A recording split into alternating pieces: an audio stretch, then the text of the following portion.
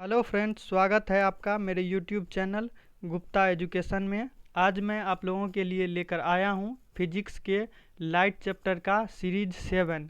इससे पहले 6, 5, 4, 3, 2 और 1 ये 6 सीरीज पहले आ चुके हैं। तो अगर आपने अभी तक ये 6 सीरीज नहीं देखे हैं तो डिस्क्रिप्शन बॉक्स में लिंक दे दिया गया है, उस पर जाकर आप विजिट कर सकते हैं या मेरे यूट्यूब चैनल के प्लेलिस्ट में जा कर के देख सकते हैं। तो आइए बढ़ते हैं क्वेश्चन की ओर।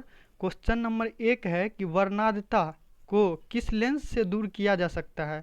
तो ऑप्शन ए दिया गया है कि अवतल लेंस के द्वारा, बी है कि उत्तल लेंस के द्वारा, सी है कि बेलनाकार लेंस के द्वारा और डी है कि इनमें से कोई नहीं। तो इसका राइट आंसर हो जाएगा डी नंबर, इनमें से कोई नहीं। अब वर्णांधता होता क्या है। वर्णांधता कलर ब्लाइंडनेस, यानी कि कलर को पहचानने में, रंग को पहचानने में दिक्कतें होती है इस रोग में, कलर ब्लाइंडनेस में। अब कलर ब्लाइंडनेस में कलर जो 7 कलर इंद्रधनुष रेनबो के कलर होते हैं, पहला है कि बैगनी, नीला, आसमानी, हरा, पीला, नारंगी और लाल। ये जो 7 कलर होते हैं, अगर इनको पहचानने में किसी भी व्यक्ति को कोई भी प्रॉब्लम आ रहा है तो समझ लीजिए कि उस व्यक्ति को कलर ब्लाइंडनेस है। अब इन 7 रंगों को याद रखने के लिए, इससे पिछले सीरीज में भी मैंने कितनी बार बता चुका है, एक ट्रिक है कि वी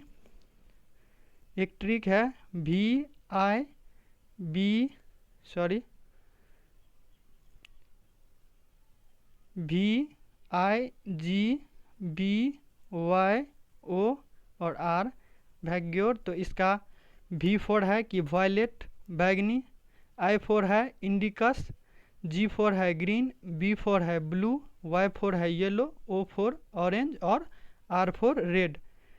देखिए ये जो आप फिगर देख रहे हैं, इस फिगर में आपको लिखा हुआ दिख रहा होगा कि 74 दिख रहा है। 74 क्या दिख रहा है? 74। ये इस फिगर में 74 जो लिखा गया है उसमें 7 कलर्स जो होते हैं सभी का प्रयोग किया गया है। अगर ये फिगर जो देख रहे हैं आप 74, किन्हीं को भी इसमें 74 के सिवाय कुछ दूसरा दिखाई दे रहा है तो समझ लीजिए कि उनको कलर ब्लाइंडनेस है। कलर ब्लाइंडनेस जिन भी व्यक्ति को हो गया है उनको इस फिगर में 74 नहीं दिख करके कुछ और दिखेगा। चलिए नेक्स्ट क्वेश्चन की ओर बढ़ते हैं। क्वेश्चन नंबर 2 है कि आइरिस का क्या काम है।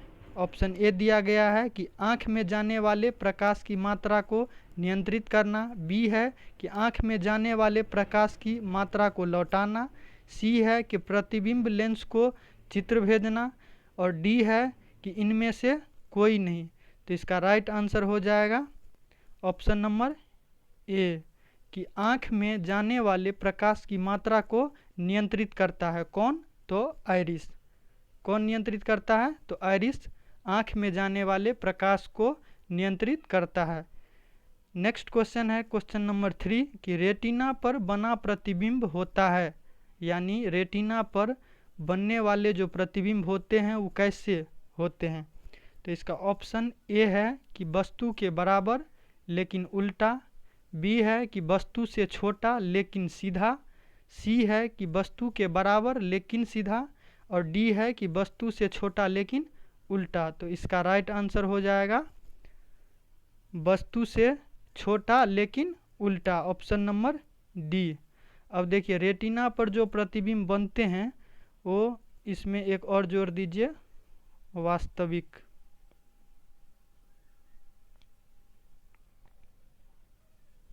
रेटिना पर बनने वाले प्रतिबिंब वास्तविक वस्तु से छोटा लेकिन उल्टा दिखाई देता है। नेक्स्ट क्वेश्चन है क्वेश्चन नंबर 4 कि आँख के किस भाग द्वारा आँख में प्रवेश करने वाले प्रकाश की मात्रा नियंत्रित होती है। आँख के किस भाग द्वारा आँख में प्रवेश करने वाले प्रकाश की मात्रा नियंत्रित होती है। तो ऑप्शन ए है कि रेटिना, बी है कि कॉर्निया, सी है कि आइरिस और डी है कि आई बॉल। तो इसका राइट आंसर हो जाएगा ऑप्शन नंबर सी, आइरिस। ये प्रश्न थोड़ा मिलता जुलता है, इसी में एक प्रश्न और आएगा। नेक्स्ट क्वेश्चन है 5 नंबर कि नेत्रदान में दाता की आँख के किस हिस्से को प्रतिरोपित किया जाता है। कहने का मतलब है कि कोई भी व्यक्ति जो नेत्रदान करते हैं, सुना होगा आप लोगों ने कि नेत्रदान होता है, तो नेत्रदान में आँख के किस भाग को प्रतिरोपित यानी कि दूसरे में प्रतिरोपित किया जाता है, तो कौन सा होगा वो। ऑप्शन ए है कि कॉर्निया, ऑप्शन बी है कि लेंस, ऑप्शन सी है कि रेटिना और ऑप्शन डी है कि पूरी आँख। तो इसका राइट आंसर हो जाएगा कॉर्निया जो होता है उसी को प्रतिरोपित किया जाता है। नेक्स्ट क्वेश्चन है 6 नंबर कि मनुष्य की आँख में प्रकाश तरंगे किस स्थान पर स्नायु उद्वेगों में परिवर्तित होती है। तो इसका ऑप्शन ए है कि कॉर्निया से, बी है कि नेत्र तारा से, सी है कि रेटिना से और डी है कि लेंस से। तो इसका सही आंसर हो जाएगा ऑप्शन नंबर सी, रेटिना से। नेक्स्ट क्वेश्चन है 7 नंबर कि स्वस्थ नेत्र के लिए स्पष्ट दृष्टि की न्यूनतम दूरी कितनी होगी।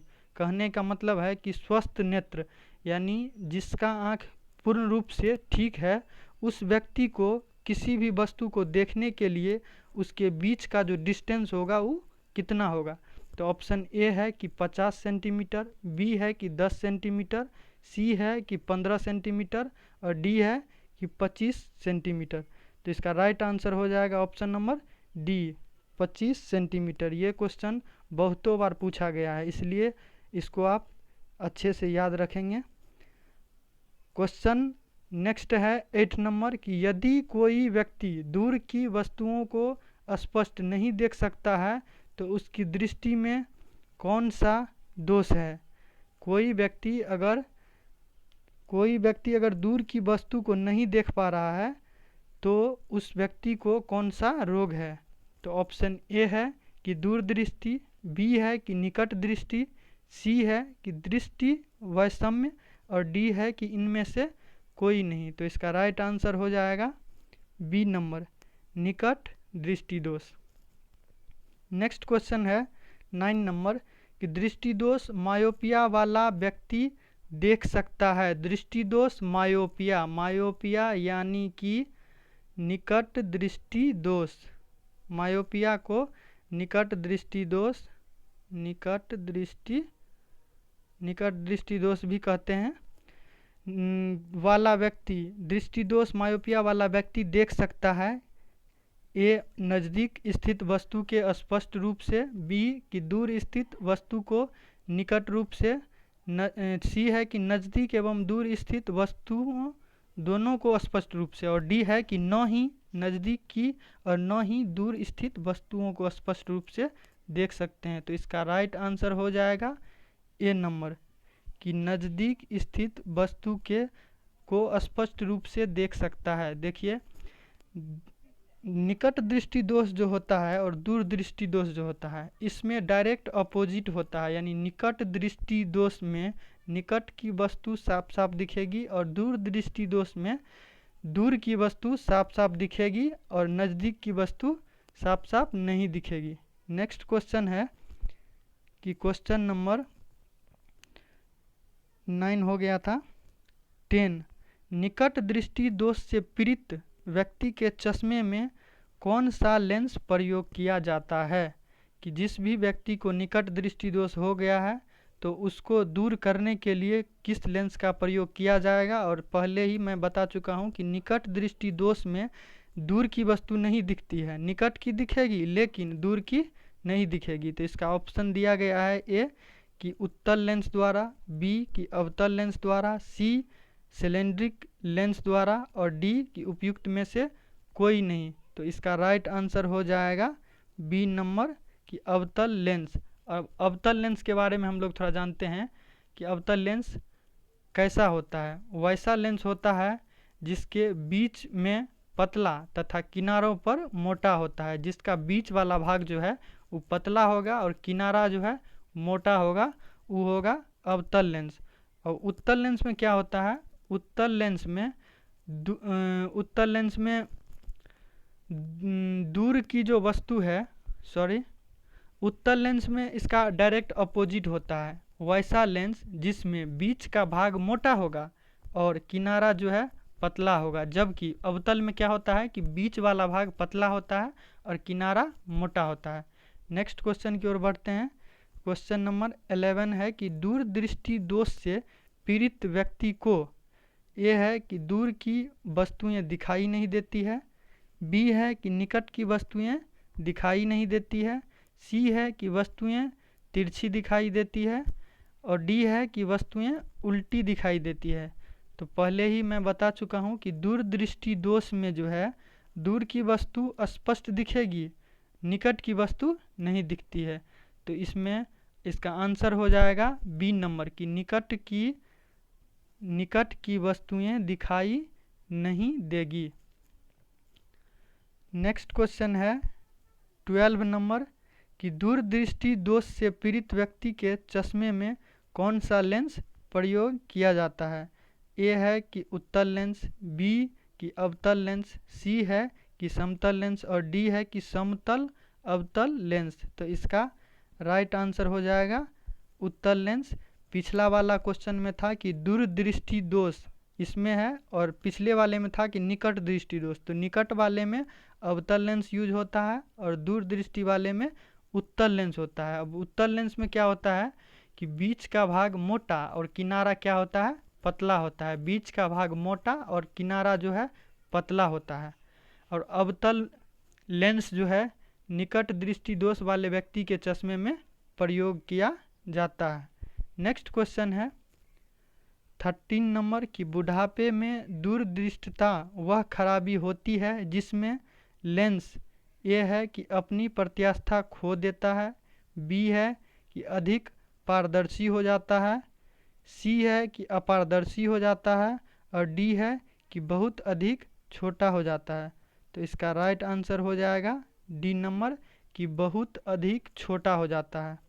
नेक्स्ट क्वेश्चन है 14 नंबर कि जरा दृष्टि दोष के उपचार के लिए प्रयुक्त होता है। इससे पहले दूरदृष्टि दोष और निकट दृष्टि दोष आप समझ चुके हैं। अब आइए जरा दृष्टि दोष पे। जरा दृष्टि दोष के उपचार के लिए प्रयुक्त होता है, यानी कहने का मतलब है कि जरा दृष्टि दोष के उपचार के लिए कौन सा लेंस प्रयुक्त होगा। ए है कि अवतल लेंस, बी है कि उत्तल लेंस, सी है कि उत्तल दर्पण। तो इसमें अवतल लेंस जो है, अवतल लेंस वो निकट दृष्टि दोष में यूज हो रहा था। उत्तल है निकट में और अवतल है निकट में और उत्तल है दूर में। अवतल दर्पण यहाँ लेंस पूछ रहा है तो ये होगा नहीं, ये भी नहीं होगा, ये भी नहीं होगा। तो इसका राइट आंसर हो जाएगा ऑप्शन नंबर डी कि बाइफोकस लेंस। जरा दृष्टि दोष के उपचार में बाइफोकस लेंस का प्रयोग किया जाता है। इस लेंस में क्या होता है कि एक ही लेंस में जो है दो तरह के पावर होते हैं। बाइफोकस लेंस में क्या होते हैं कि एक ही लेंस में दो तरह के पावर होते हैं। नेक्स्ट क्वेश्चन है 15 नंबर कि मानव नेत्र एक कैमरे के समान है, अतः इसमें एक लेंस निकाय है। नेत्र लेंस क्या बनाता है, किस तरह का पिक्चर बनाएगा।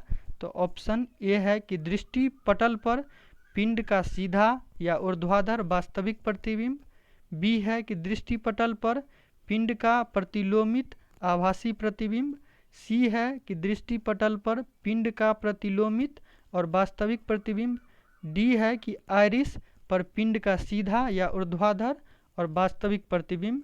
तो इसका राइट आंसर हो जाएगा ऑप्शन नंबर सी कि दृष्टि पटल पर पिंड का प्रतिलोमित और वास्तविक प्रतिबिंब होता है। तो दोस्तों आज का वीडियो यहीं पर समाप्त किया जा रहा है। अगर आपको वीडियो अच्छा लग रहा है तो वीडियो को लाइक करें और चैनल को सब्सक्राइब करें। जय हिंद, जय भारत।